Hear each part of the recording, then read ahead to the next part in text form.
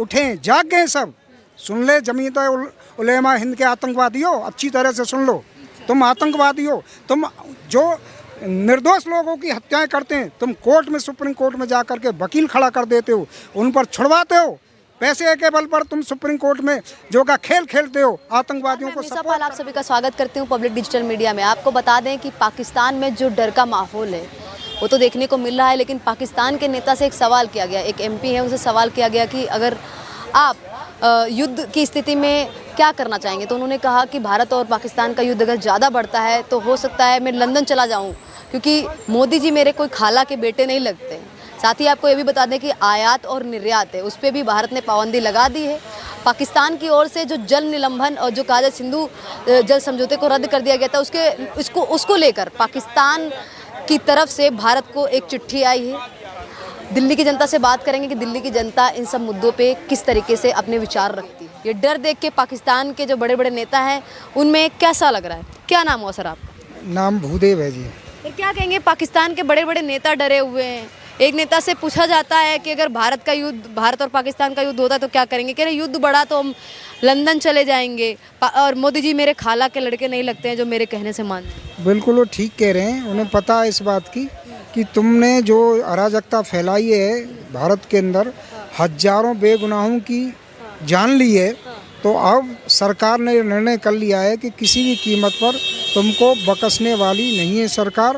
पहले तुमको आर्थिक मोर्चे पर ध्वस्त कर देगी, यानी पाकिस्तान की जो बची कुची अर्थव्यवस्था है उसे पूरी तरह से डैमेज कर देगी, और डैमेज करने पर पाकिस्तान की जनता खुद ही इनकी जान की भूखी पड़ जाएगी। और इसमें इन्हें पता है अच्छी तरह से, जब युद्ध होगा तो युद्ध में तो और इकोनॉमी डाउन होगी, और इकोनॉमी जैसे डाउन होती है तो पाकिस्तान की जनता पर जब रोटी भी नहीं मिलेगी, कुछ पानी भी नहीं पीने को मिलेगा, तब वो जो है क्या करेगी, वो खुद इन्हें मारेगी। इन्हें अच्छी तरह पता है, इसलिए पाकिस्तान से भागने में इनकी भलाई है। ये निसंदेह पूरे पाकिस्तान के जो पैसे वाले हैं, ये 2 4 6 नहीं, जितने भी करोड़पति अरबपति हैं पाकिस्तानी, ये सब देश को छोड़ करके, पाकिस्तान को छोड़ करके भाग जाएंगे, और वहाँ पर चारों ओर अराजकतावादी जो आतंकवादी है वही रह जाएंगे। और उनका खात्मा करना मोदी सरकार को बहुत ज़रूरी है, क्योंकि जब तक उन दुष्टों का नाश नहीं होगा तब तक इस पूरी दुनिया पर शांति नहीं आ सकती। पाकिस्तान पूरी दुनिया का सबसे बड़ा टेररिस्ट कंट्री बन चुका है। उसमें लेकिन अब तो आयात और निर्यात भी है, भारत ने बंद कर दिया है। पाकिस्तान की जो सीमा से जितना भी आवाजाही थी, सामान की आवाजाही थी, वो अब बंद कर दी गई है। तो इसके बाद लग रहा है कि पाकिस्तान में तो इस तरीके का डर बना हुआ है कि हिंदुस्तान से दुश्मनी तो कहीं ना कहीं हमें महंगी पड़ रही है। आतंकवाद, ये जो आतंकवादी हमला हुआ है तो महंगा पड़ रहा है। अब इसके बाद क्या होने वाला है, क्योंकि आयात निर्यात तो बंद ही हो अब हो गया ना, इसकी चोट पड़ने वाली है ना। अभी 1 महीने में इसकी चोट पड़ेगी आयात निर्यात की, क्योंकि पाकिस्तान में तो है ही नहीं पैदा, वहाँ तो पॉपुलेशन ही पॉपुलेशन है। अब ये बहुत काम करना है। यहाँ पर जो 25 लाख जो उनके बच्चे हैं, 5 लाख लेडीज़ों के, पहले चुन करके उनको इस भारत से भगाना पड़ेगा। जो है ये आतंकवादी पल रहे हैं, इस्लामिक आतंकवादी जो पल रहे हैं इस भारत के अंदर, उनको हर हालत में इस देश से बाहर फेंकना ही पड़ेगा। जब वो जाएंगे, जो यहाँ पाकिस्तान के एजेंट घूम रहे हैं, इसके बाद आर्थिक प्रतिबंध ज़बरदस्त लगेंगे, वहाँ भुखमरी की स्थिति पैदा होने वाली है पाकिस्तान के अंदर बुरी तरह से जल्दी ही। और फिर इसके बाद में सैन्य कार्रवाई होगी जब पाकिस्तान के खिलाफ, तो वहाँ पर त्राहिमाम मचना ही है।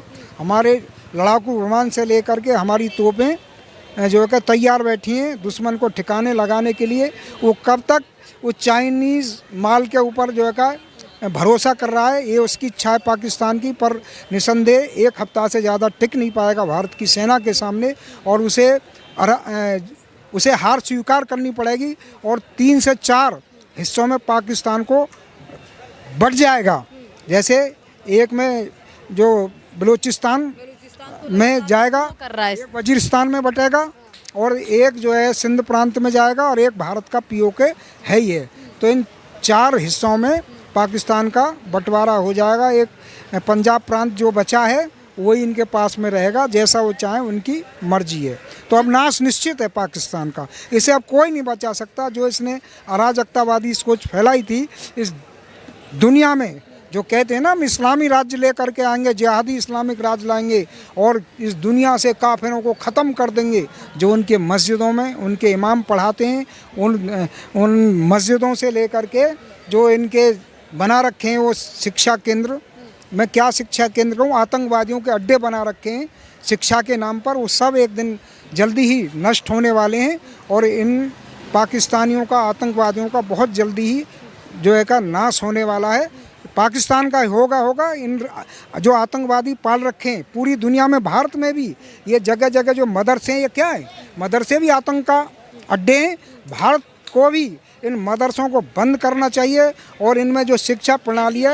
आप भारत में जब एकता और अखंडता की हम बात करते हैं तो भारत में कैसे बंद की जाएगी, जहाँ मंदिर चलते हैं, जहाँ कई गुरुकुल चलते हैं, जहाँ पे कहा जाए मस्जिदें भी हैं, मंदिर भी हैं, गुरुद्वारे भी हैं, चर्च भी है, वहाँ पे एकता और अखंडता पे आप ये कह रहे हैं कि बंद कर देना चाहिए। बंद कर देंगे तो अल्पसंख्यक को क्या होगा, क्या होगा? आखिर जो मुस्लिम समाज के लोग हैं वहाँ पे जाके अपनी शिक्षा लेते, अपनी धार्मिक शिक्षा लेते, तो इससे आपको क्या आपत्ति है? देखो आपको मैं बताऊं, ये कांग्रेस की बेईमानी ही देश, इस कांग्रेस दुष्ट पार्टी का ये नतीजा है कि मुसलमान माइनॉरिटी में है ही ना, संविधान में है ही नहीं। ये खुद कांग्रेस ने मुसलमानों को माइनॉरिटी में घोषित किया है। हमारे देख लो, हमारे संविधान में है ही नहीं कि मुसलमान माइनॉरिटी है। माइनॉरिटी में यूएन में परिभाषा लिखी गई है कि किसी देश में 1% या 1% से कम लोग रहते हैं, वो माइनॉरिटी की श्रेणी में आते हैं। परंतु मुसलमान तो आता ही नहीं ना माइनॉरिटी में, ये तो काफ़ी प्रतिशत हैं। तो ये तो कांग्रेस की वोट बैंक की राजनीति थी, जिसके कारण इनको माइनॉरिटी का यहाँ ज़बरदस्ती जो है का दर्जा दे दिया गया। बहुत ही कांग्रेस की एक गंदी राजनीति का नतीजा है। और जहाँ तक मैं ये कहता हूँ, आतंकवाद कभी क्या मंदिरों में सिखाया जाता है या गुरुद्वारों में कभी सिखाया जाता है या चर्चों में कभी सिखाया जाता है? केवल और केवल आतंकवाद कहाँ सिखाया जाता है? इन्हीं मदरसों में सिखाया जाता है। मदरसे आतंक के अड्डे बने हुए हैं। और यहाँ तबलीगी जमात का काम क्या है? तबलीगी जमात जो इस्लाम का प्रवर्तक है, जहाँ दुनिया में इस्लाम जहाँ फैला सऊदी अरब है, सऊदी अरब ने भी तबलीगी जमात पर रोक लगा दी है। पर इस देश के जो सेकुलरवादी कीड़े हैं, वो कीड़े इस देश को अराजकतावादी स्थिति में ले जाना चाहते हैं। जब सरकार कहती है कि मदरसे बंद होने चाहिए, तो मदरसे बंद जा कर के सुप्रीम कोर्ट पहुंच जाते हैं। और हमारे सुप्रीम कोर्ट के महान्यायाधीशों की तो मैं बात ही क्या करूं, उनकी तो सोच ही पता नहीं किस प्रवृत्ति की हो गई है। वो भी उसी सेकुलरवादी कीड़े में, विचारधारा में सने हुए हैं। उन्हें ना इस देश की संस्कृति से, सुप्रीम कोर्ट के जजों को ना भारत की संस्कृति से कोई लेना देना, ना वो भारत की संस्कृति के बारे में कुछ जानते। वो केवल लॉर्ड मैकाले के मानस पुत्र हैं।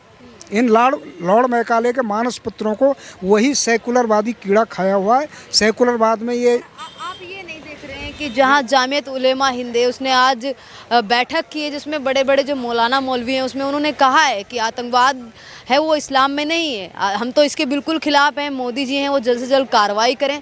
तो आप देख रहे हैं कि इस आतंकी हमले के बाद लगातार जितने भी मुस्लिम संगठन हैं, चाहे वो मुस्लिम पर्सनल लॉ बोर्ड में कुछ लोग बैठे हों, वो भी आतंकवाद के खिलाफ कह रहे हैं कि जो भी भारत सरकार एक्शन लेती है हम साथ में, जमीयत उलेमा हो गई, कई ऐसे जो बड़े बड़े संगठन हैं वो लगातार साथ दे रहे हैं, पाकिस्तान मुर्दाबाद के नारे लगा रहे हैं और सड़क पे उतर रहे हैं। जितने भी हिंदुओं को धर्म पूछ के टारगेट किया गया है, इनको लेकर कह रहे हैं कि मासूम लोग मारे गए। तो आप ये भी तो देखिए ना। नहीं, वो जमीयत उलेमा हिंद जैसे संगठन ये फर्जी, झूठे, मक्कार, बेईमान, झूठ बोल रहे हैं। ये कुरान शरीफ में दिया हुआ है, ये अलतकिया कर रहे हैं, समझते हैं? ये भाषा बोल रहे हैं तो ये अलतकिया है क्या जी? जो है इस्लाम में आतंकवाद नहीं है, इस्लाम ही तो आतंकवाद है। इस्लाम धर्म तो कोई है नहीं, इस्लाम मजहबी आतंकवाद है। जितने भी इस्लाम को मानने वाले हैं, इसमें ही आतंकवाद सिखाया जाता है। इस्लाम का मतलब आतंकवादी है। अच्छा, मैं आपको बताऊं, ये अलतकिया जो कर रहा है ना बात, जो जमीयत उलेमा हिंद, ये अलतकिया बात कर रहा है। अलतकिया में यही सिखाया जाता है कि जहाँ पर तुम कमज़ोर हो, जहाँ तुम दबने की स्थिति हो, तो वहाँ पर भाईचारे की बात करो और भाईचारे की बात करो। और उसके बाद जब तुम पावर में आ जाओ तो फिर जो गैर मुस्लिम हैं उनको नष्ट कर दो इस दुनिया से। तो यही तो अलतकिया कहलाता है इनका। तो जो जमीयत उलेमा हिंद ये ऐसी बातें कर रहा है तो झूठी फर्जी बकवासबाजी कर रहा है और ये जो है का अलतकिया कर रहा है। मैं आपको बताऊं, कुरान शरीफ में नहीं दे रखा कि उसे जमीयत उलेमा हिंद के उसे पढ़ा उस बेवकूफ़ मौलाना को, उस जिहादी को, कि आयत नंबर सुनो, आयत नंबर 5 और सूरा नंबर 9 अच्छी तरह से उसे पढ़ाओ ना।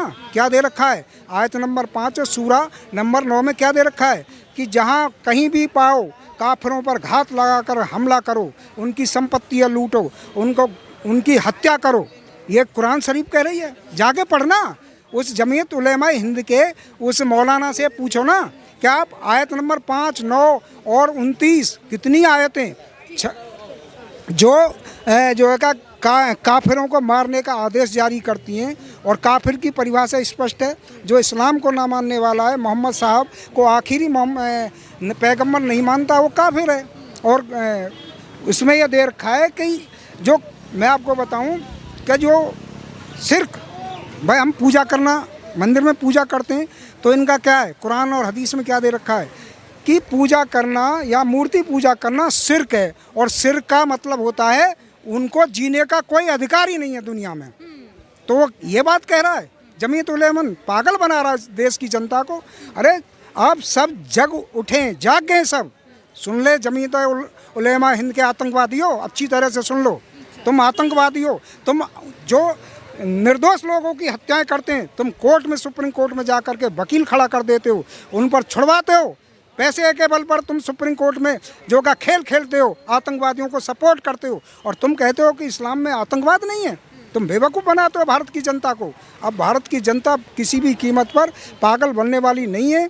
ये अच्छा है कि इंटरनेट इस दुनिया में आ गया, और इस इंटरनेट ने पूरे इस्लाम जगत को पूरी तरह से इस्लाम को नंगा कर दिया है। अब सबको पता चल गया है कि कुरान शरीफ और हदीसों में क्या गलत बात लिख रखी हैं। पूरी दुनिया को ख़त्म करने की ये बात करते हैं कि जब तक जन्नत नहीं आएगी, अरे ये कहते हैं जब तक जन्नत ही नहीं मिलेगी, जब तक एक भी मुसलमान, जब तक पूरी दुनिया में कोई काफिर नहीं बचना चाहिए, तभी जन्नत मिलेगी। ये सबको पता चल गया, एक एक बात का पता चल गया। इसलिए जमीयत उलेमा हिंद झूठ ना बोले, अलतकिया ना करे, सबको सच्चाई पता है। आप अपनी राय हमें कमेंट बॉक्स में दे सकते हैं, और ऐसी खबरें देखने के लिए जुड़े रहिए पब्लिक डिजिटल मीडिया से। धन्यवाद।